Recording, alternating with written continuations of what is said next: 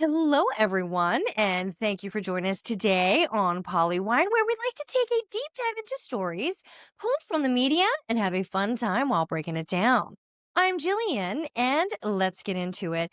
Well, let's start off with weather. And over in Asia, China and Taiwan were rocked by a super typhoon that left behind death and destruction, and many are still missing. So our hearts go out to you over there. We are thinking of you. And we are also keeping our eyes open because there is still several storm systems that are active off the coast of Japan and the Philippines. So we are thinking of you and watching closely. And over here on the East Coast, we have an active storm system in the Atlantic as well. Well, Gabrielle has changed direction and is working her way towards the Azores, but we are keeping our eyes open for Herberto. What is he going to do? Where is he going to go? Where he spins? Nobody knows, but we are keeping a close eye on him. We're coming to the end of hurricane season, and sometimes that can be the most active time of the season. So we're just here on the East Coast hoping that it's slow and quiet and fizzles off gently. So fingers crossed on that one. But now let's work our way over to politics because it has been a busy several days.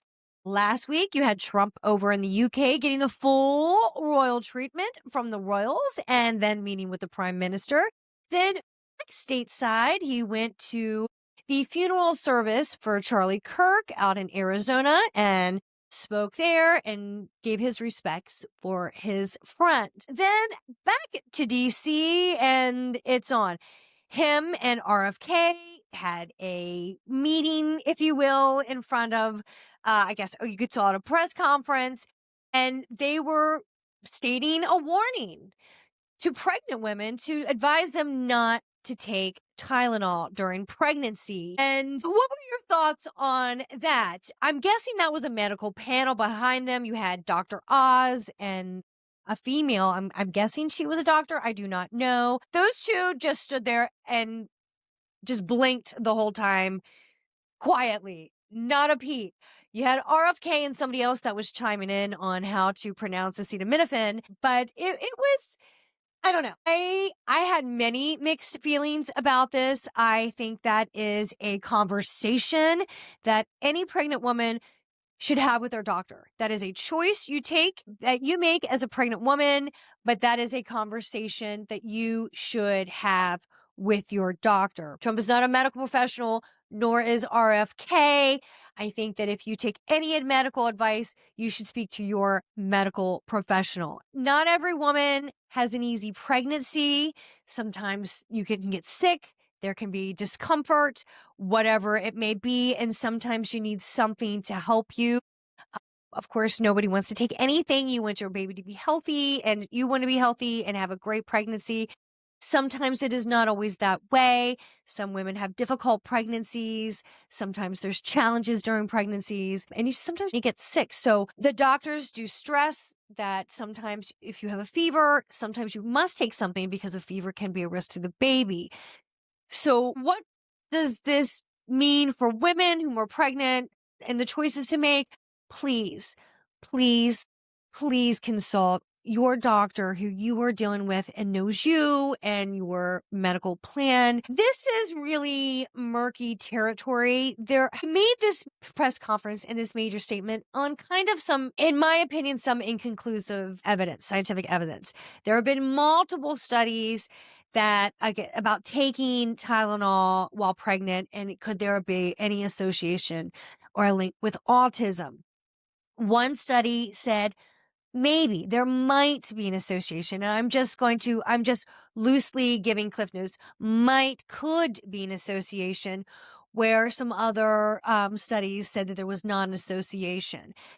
For women who have children that have autism or on the spectrum, it is difficult, and I don't want this conversation to be a shame or blame against the mom if they may have taken Tylenol while they were pregnant and at a later time the child may be diagnosed with autism.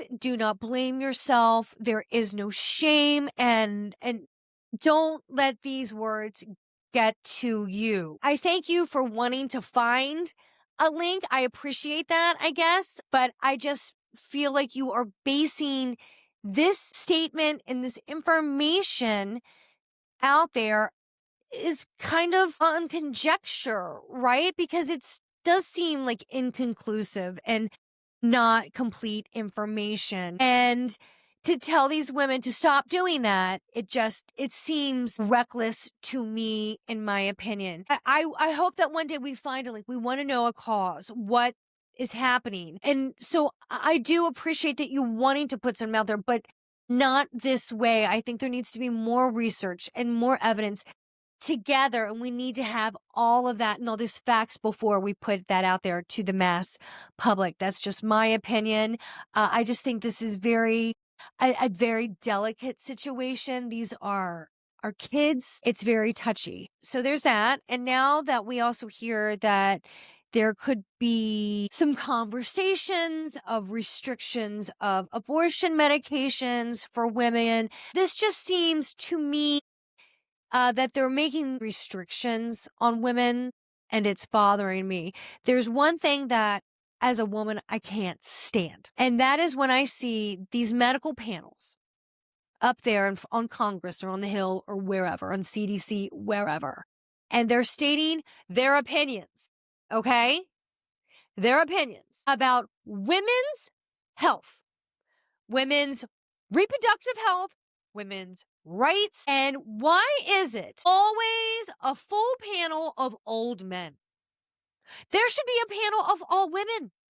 I'm sorry, men, but you do not know what us women experience.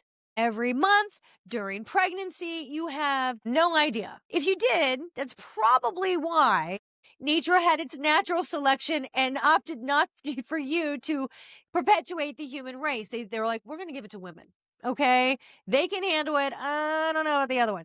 So that's maybe why we do it. So I don't want to have some man explaining to me, mansplaining, what I should or shouldn't do with my body, what I should or should not put in my body, my rights. And I am sick of seeing these all old men panels telling me what I should do and making rules and regulations and laws about my body.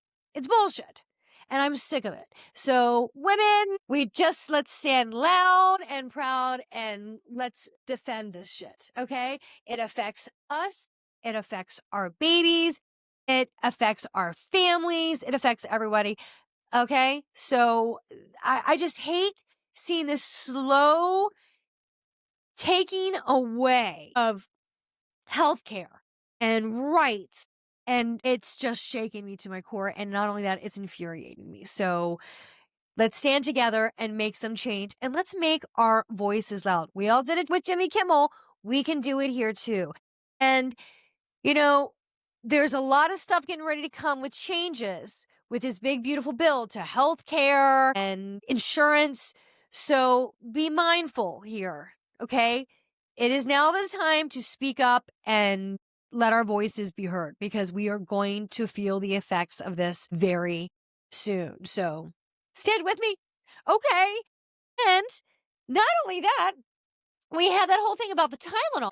Trump spoke at the UN. Did you see that? Okay. Thoughts? Well, that was something, wasn't it?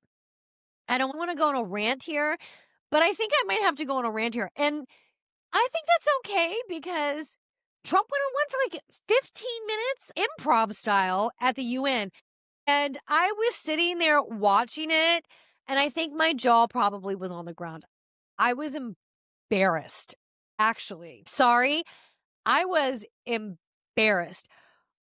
The things that were rolling through my head during this speech. And not only that, after the speech, Trump made a statement, called it triple sabotage, because they had the whole escalator snafu, right? Remember him and Melania started to go up the escalator and it stopped working. And he kept making the comment, thank goodness the first lady's fit and I made it up the stairs and we could have fallen and scratched our faces up. I mean, tangent there. Then he was talking about the teleprompter not working and then there being audio issues. And since the teleprompter wasn't working when he stood up there, he just decided to he just riffed it on his own, right? Total improv, off the cuff. And you could tell. I mean, I was just sitting there watching it, just like, oh my God, because this is the UN. You are speaking on the global stage. The world leaders are there. They are there. You are representing the United States of America. And that's what you're going to say? I mean, my God, he was talking about how upset he was. This is during the speech. He was talking about the escalator issue. He was talking about the teleprompter not working and the audio and how mad he is about that. And somebody's got to be held accountable for that. Then he starts going off about, the UN's a piece of shit building. Paraphrasing there. I interjected my own phrase there, that it was just crumbling. And if he would have done it, there would have been marble walls and and mahogany. And now they have like tiles and, faux wood. And then he was talking that climate change is a hoax in the other countries. And the thing that I was imagining in my head, he sounded like a grumpy old man. Just, like you've ever seen like those grumpy old men just standing out in the streets of a city, just ranting to the sky, just sitting there shouting, yelling about anything and everything about why they're mad. That's what he looked like to me. I'm like, did he not take his meds today? This is what I'm thinking to myself because I'm envisioning all the other world leaders that are there. And you got to realize most of them, the majority of them are there with an earpiece with a translator translating into their language, right? So they're sitting there with an earpiece listening. And my thought is, okay, the translator in those rooms that are translating, they're probably like, when they hear Trump speaking, they're like, what? They're probably processing and then stating it. And then I can only imagine the facial expression of the world leader sitting, receiving this translation going, what? Is that right? Did he just say that? Is he saying that? Oh, he's saying that because he just kept going and going and going. And he really wants this Nobel Peace Prize. And he's saying that he's, ended all these wars and he did this and that. And that's why he needs to get this Peace Prize. And I'm thinking to myself, we need a fact checker, like the translators, because he's saying this on the world stage. And he sounded like a grumpy old man. And with everything that's going on in the world, I just don't understand why you have to be so angry and just spread to me what sounded like a hate-filled speech of anger, just going off on this and that. And they're not doing that. You're not stepping up to the plate. I could not believe it. And then you have Zelensky speak the following day, and he's so poised and eloquent and heartfelt. And you're like, that's what that stage is for. I'm sorry. I don't care if you like him, you love his policies or not. That was embarrassing. It was, in my opinion, that was so embarrassing. Embarrassing. I would love to be a fly on the wall in that room at that time, or a journalist out there with like an international team when leaders were walking on. So what were your thoughts? Huh? What do you think when the president said that climate change was a con and you weren't stepping up and you're not carrying your weight on the world stage? What are your thoughts? I would like to be that journalist. I want to know what they really thought. I mean, it was crazy to me. So, there's that. It's been a lot. It's been a lot. We all just need to take a breath and breathe. And then Also, right before I started filming today, I heard on the news there's a breaking story that Pete Hegseth just sent out an order for major military officials to come meet next week in Quantico for a meeting. Now, these are major senior military officials that are stationed all over the world for a reason. These are higher up their officials in the military.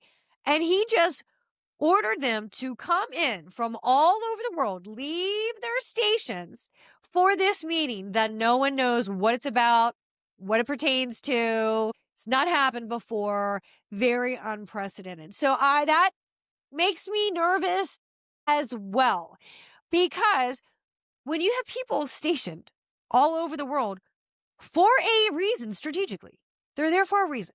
Okay. So to pull them away for a meeting, which they typically do over Zoom, yeah, or a video conference, A, think of the money that that's going to cost, but B, that makes me concerned about vulnerabilities. You want them there for a reason. Knowing this is for other people in the world, knowing that these officials are leaving their station and coming to one central location, that's a security concern for me, for the stations that they're leaving behind, and for all those people to be in one place.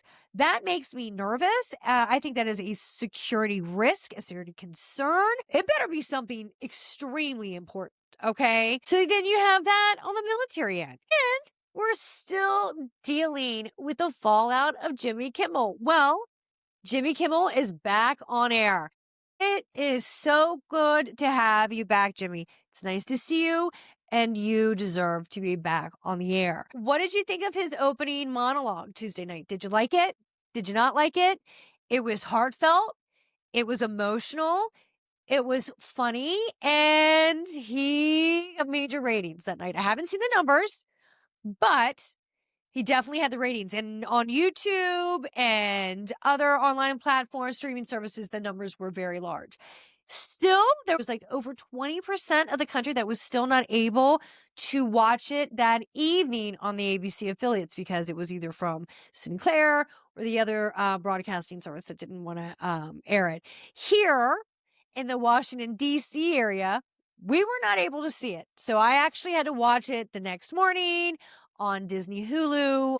And I'm glad I was able to watch it. I wanted to support him. I wanted to help him. It was funny. It was funny.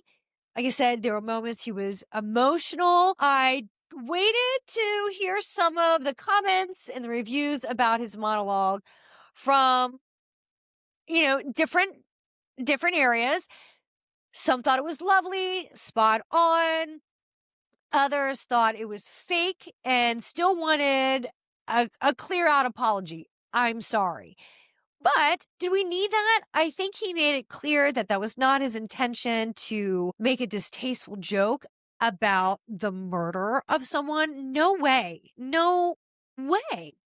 But he just wanted to clear the air how some of those comments, although untimely, maybe sure distasteful, but he was never trying to make a joke or make light of just a tragic situation that happened. So he tried to make that very clear, and he got emotional. Okay. And some people are like, it was fake. I don't think it was fake. I mean, okay. Can we just give this man a minute, please? He has been through some things. He just was, well, I don't want to say kind of fired, but kind of fired. Okay. You can say suspended, kind of fired, and then brought back because the public had such an outcry of outrage, because like, how could you fire him for a joke that, like, okay, I love Reddit, and some of the comments on Reddit just crack me up. They're like, I'm still waiting for the harsh comment here. Well, right. Some said they felt it was direct. Others felt that they didn't feel like it was a direct comment, but no matter what, the guy was yanked off the air for it. And not only that, he was fearful of losing his job, and think of his crew that works on that show. I talked about it last week. there's more than just him being fired. That is a large group of people that are losing his job. And he talked about that.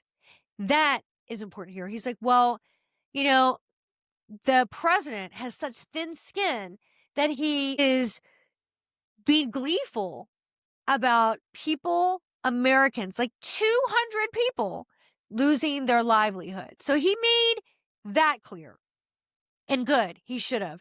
That's important. And he also kept coming back. Well, now that this is over, let's start talking about the Epstein files. Let's bring it back to the Epstein files, because they're doing everything they can to smokescreen the whole Epstein files, just like distract, redirect, all that. Well, he's like, let's come back to the Epstein files. Let's hit the nail on the head there. I thought it was a very good monologue. And then him bringing Robert De Niro as the FCC, that was pretty funny. So I'm happy to see you back. Good for you, Jimmy. Congratulations. Keep being political. Keep fighting the good fight. And, Jimmy Kimmel, not only is he funny and he's been around, but he has been through it. Not only that, and he started to become a little bit more political when his son was born and had heart disease and had several heart surgeries. And I support him wholeheartedly as a parent that has a child that has had multiple heart surgeries. It is a struggle. And to see other families in the hospitals and to see what you go through and what they go through and to hear their hardships and dealing with the medical system and insurance, it is a mess. And he really started to become more political around that when his son was born, and you're just thrown in to that medical world. There's no tiptoeing in. You are just thrown into the deep end. So, Jimmy, I back you. I stand behind you. You go, Jimmy, and it is good to have you back. Fight the good fight. Let's keep it going, guys. We are fighting it. Yeah, it's been a lot in the world of politics, and I do not like seeing where these changes are going. Restrictions here, restrictions there. I don't like it. And not only are we dealing with all those, we are slowly coming down the line to a potential government shutdown. So, with government shutdowns, there's furloughs and people, don't get paid, but sometimes they do get paid retroactively. Well, now there are threats that if there is a government shutdown, there's going to be mass firings. And so the Congress is saying, well, this is intimidation tactics here. So let us do our work. You do your work over there, and let's get some stuff done. Let's get the ball rolling. We need things moving in the right direction. Okay, please, let's stop this fighting. Let's get it moving. And can we please stop the blame game?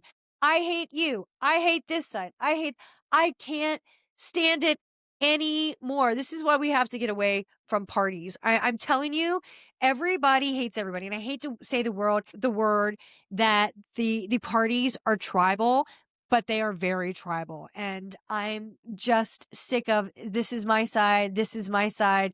You're my enemy if you don't agree. I can't take it anymore. So please, let's just come together and get shit done. And speaking of and getting things done, can we please take a moment and send our thoughts out to our main man himself, William Shatner?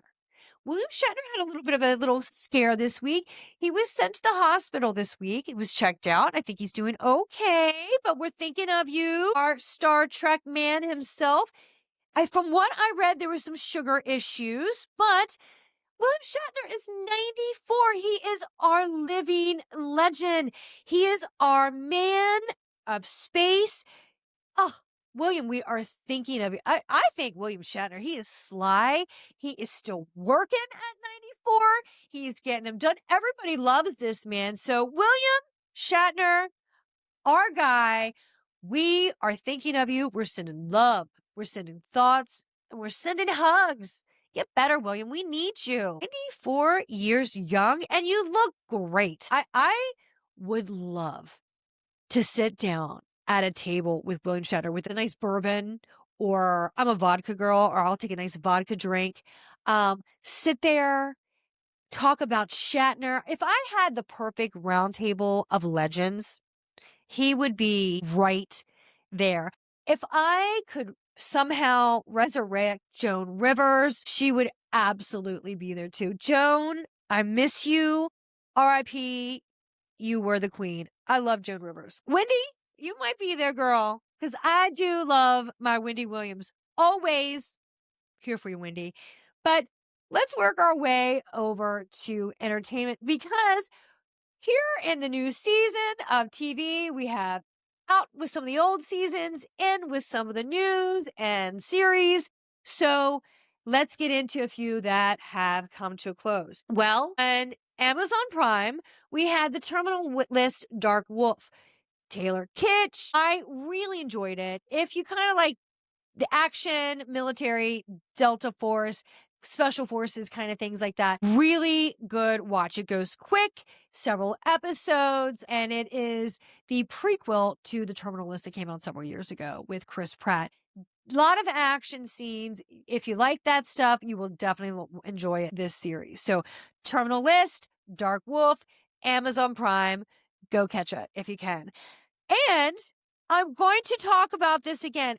I cannot tell you how much I enjoyed this series. I'm going to talk about it again. I love it. I love it. I love it. Apple TV Plus this past week was the finale of Chief of War.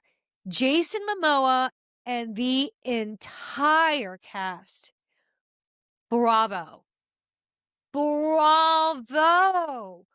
What a great series. I enjoyed it so much. To me, this was like the modern day Last of the Mohicans. And I'm telling you, if you have not ever seen the movie Last of the Mohicans with Daniel Day-Lewis, it came out in the 90s. It does not matter when it came out, how old the movie is. It's timeless. It is so good. And it just takes a moment of history and just explains it so well. And the emotions that you feel watching it. And I mean, it's real and raw. And you get this same feeling in this series, Chief of War. This finale was so good. I was like, there was no way they can have this this huge battle scene in one episode. They did, and it was so good. I love the whole season. From the costumes, to the fighting, the choreography, to the background, to the language, to the historical element behind it. I'm telling you, I cannot praise this show enough. I love history. I'm a history buff. I did not know a lot about this history. So I was hooked from the get-go. It was a beautiful story. I loved hearing the language. Most of this series is in subtitles, but hearing that beautiful language, it made it so real. And it took you away straight into this show. I felt I was in it.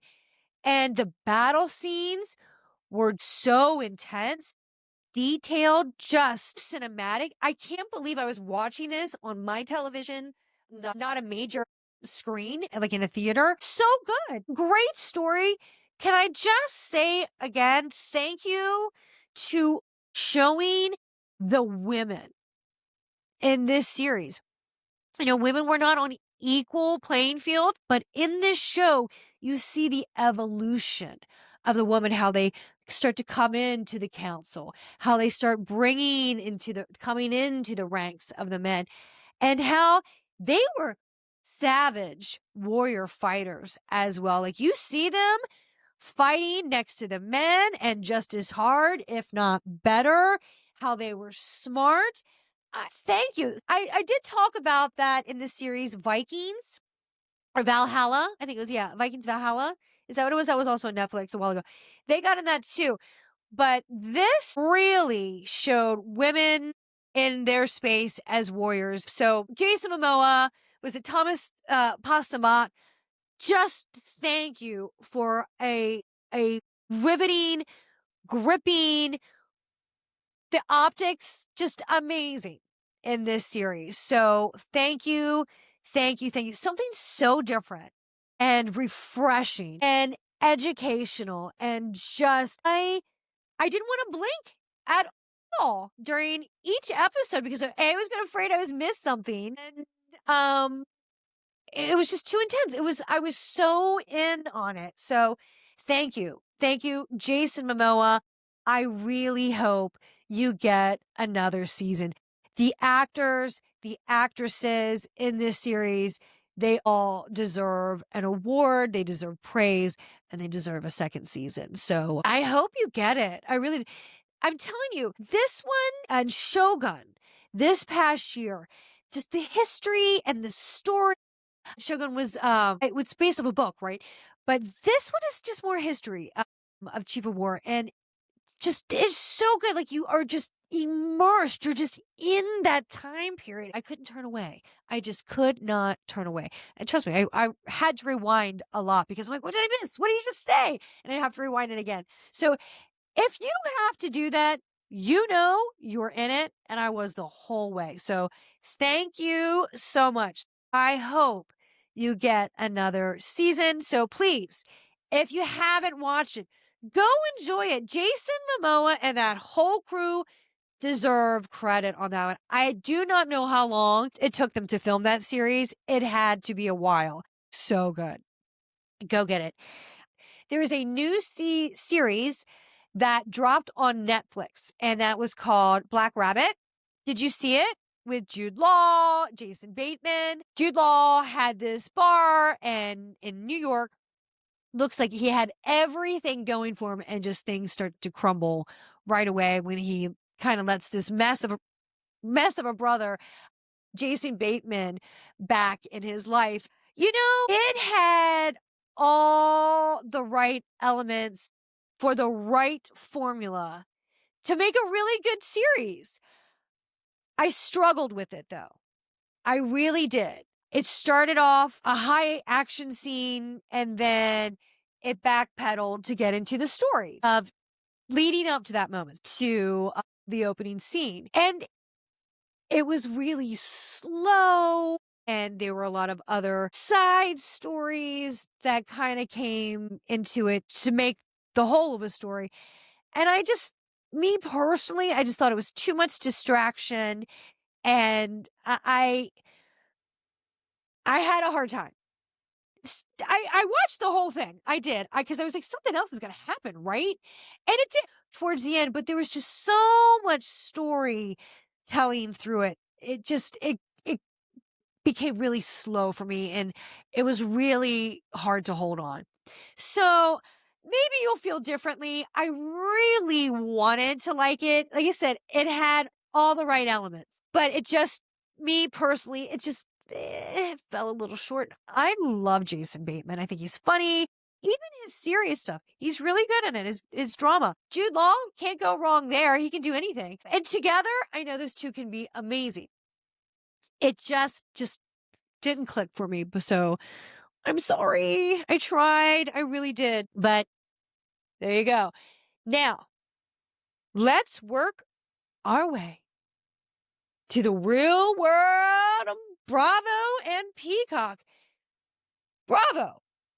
You know I love you. I talk about you every week. I turn in every week to see my girls, to see the Real Housewives, to see my Below Decks, to see, I don't know, a Shaw's, a Valley, you name it.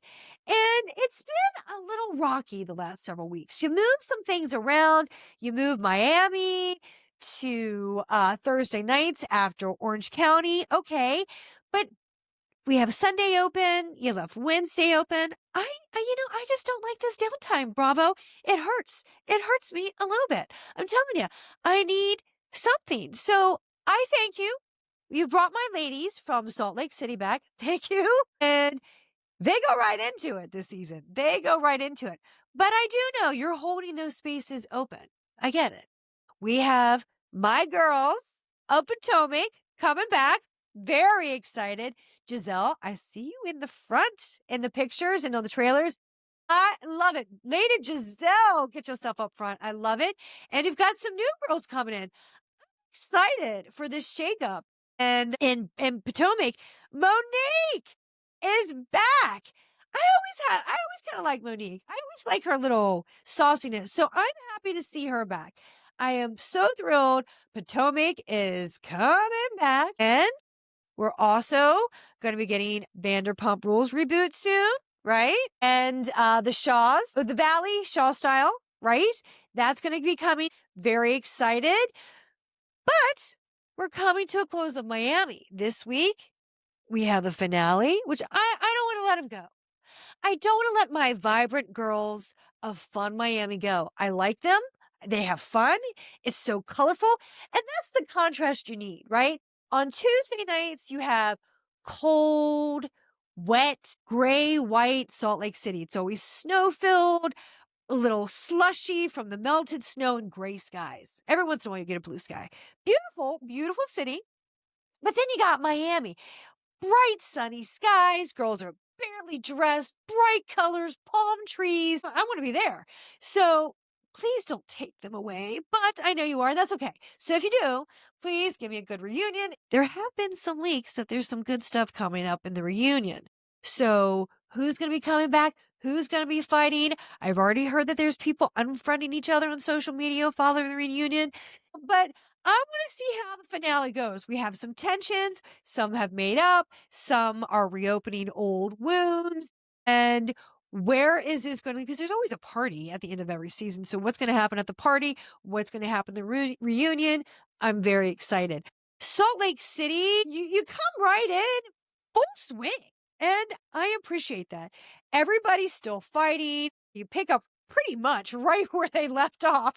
I mean, there's no doubt about that. Lisa was not in the last episode. She didn't go on the RV trip. She was back this week and defensive because everybody was talking smack about her on the RV trip. And that's going to happen on the Housewives when you don't show up for a trip. You're not there. You're not there to defend yourself. They're going to go in. And they did. And Bronwyn did very much so. And it's kind of Lisa, to me, this season on Salt Lake City is definitely getting like the same treatment that Tamra is getting this season on Orange County. She's the OG, and she kind of has a bad temper, and everybody's kind of sick of dealing with their bullshit. And they're all going after her this year. She's one of the last OGs standing. Everybody's got a bone to pick with her, and she's done shit to them. So they're going in, especially the new girls. And, I've always liked Lisa, but Lisa is a tough one. It's a tough one. And here you are yet at another party screaming and yelling and causing a scene. And I think I'm kind of over that. And it's always you, Lisa. It's always you at every party going off the rails, screaming and yelling. And it's not a good look. And you look hyper defensive. So there's that. But there was one great scene. Why is Brittany there? Why is Brittany there? But there's still one good scene. And that was with the husbands and the guys, where you had Whitney's husband, Lisa's husband, Angie's husband, and Seth, Meredith's husband. And I find Seth to be the most annoying of all the house husbands. And he was drilling Jared Osmond. So do you love her? Do you love Brittany? And he's like, this is Jared. Yeah, I love Brittany. The facial expressions of the other husband, fantastic. You have Justin, Whitney's husband, just not saying a word, just laughing, smiling, nodding, not responding. Then you have John, Lisa's husband, who just chimes in. So, but do you love her? And he was like, and then you see Jared Osmond, I'm just stumbling over his words. And then they pan over to Angie's husband, stone cold poker face, just drinking his martini. I'm like, good on you. That is the right expression. That is the right response. Nothing. Fantastic. That was my favorite scene of the whole episode. Just so you love her. He's and you just see in the other one. That was so good. I'm ready. I'm ready. Give me the trip to Greece. I am ready. You know, there's going to be fighting the whole time. And Lisa, they're coming for you, girl. They've got receipts. They don't care if your legal cases have been dismissed. Doesn't matter. It's been posted. It's been out there. They've got receipts and they're coming for it. You went after them. Remember the reunion last year? You went after Bronwyn about the necklace and the money with the jeweler. She cleared the air on that one. She cleared the air up on that one in a humbling moment. There was one scene that this week, I was just like, I was watching so intensely. And that was the scene with Mary and her son, Robert Jr. And I'm going to say this again. Last year, that scene with Mary and her son, where he admitted his substance abuse with her and recognized that he was struggling and needed help. And that's when they took action. That moment really, I think that should just go down in television history. We have seen other children of housewives struggle with addiction and substance in the past and handled differently. But they handled from the first moment and going through, and she's being respectful and of his privacy, and he's being open in what he wants to reveal and put on camera. He is Robert Jr.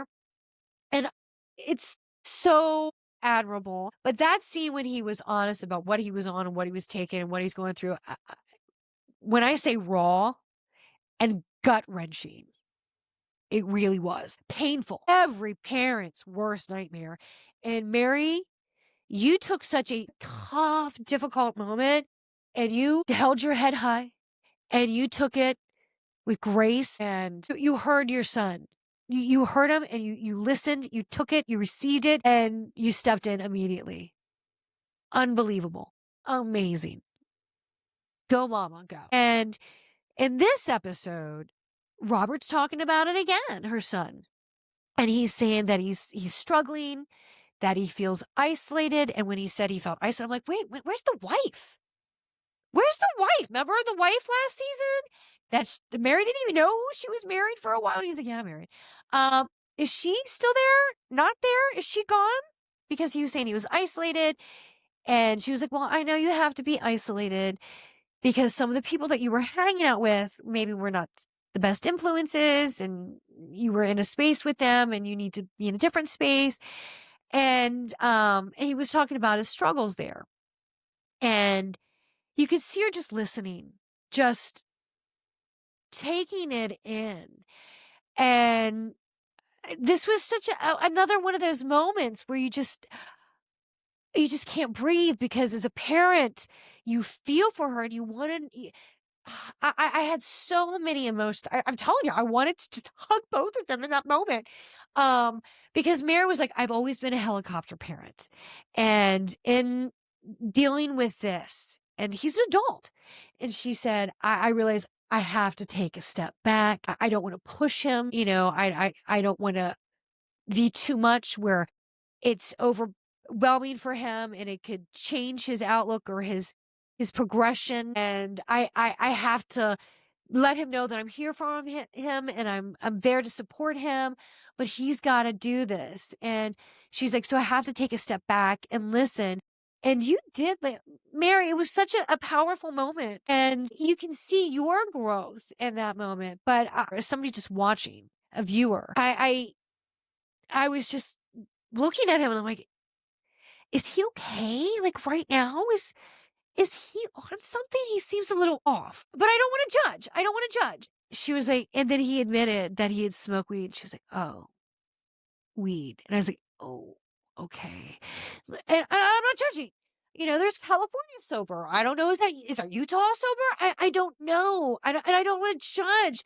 But I was like, I don't know if that's the right thing. I don't know. But that entire scene, Mary, I can't imagine how truly hard that is to put that out there. But as a parent where it can go in any direction, especially as they're entering young adulthood, I do think you're going to help so many people. And Robert Jr., I just really hope you come out of this difficult time and come out on the other side and it's better and you're happier and we just want to see you well. And Mary, bravo to you. I feel for Mary. I really do. And I think this is some of the deepest stuff that we've seen in Bravo in all the years with what Mary and her son's going through. So, Mary, you can say what you want about the first few seasons, but I can't tell you how much I have loved you this season and last season. I will always love your Tiffany brunch with the wig, with the bangs. Girl, that was so good. But I love it. So give me more. I want more Salt Lake City. Please, I need more Miami. I need Potomac. And when I'm in Potomac again, I'm going to be looking for you, Karen. Are you going to be driving on the streets? I'm going to be looking for you, Giselle. I'm going to be looking for my girls. So, Potomac, we need you. And we're getting ready for Captain Sandy on Below Deck Med. So bring it to me. Mama needs it. And that is it for us today. Thank you so much for joining us on PoliWine. Please follow us on Instagram at PoliWine Time. And please listen to PoliWine wherever you get your podcasts. Thanks so much and have a great day. Bye.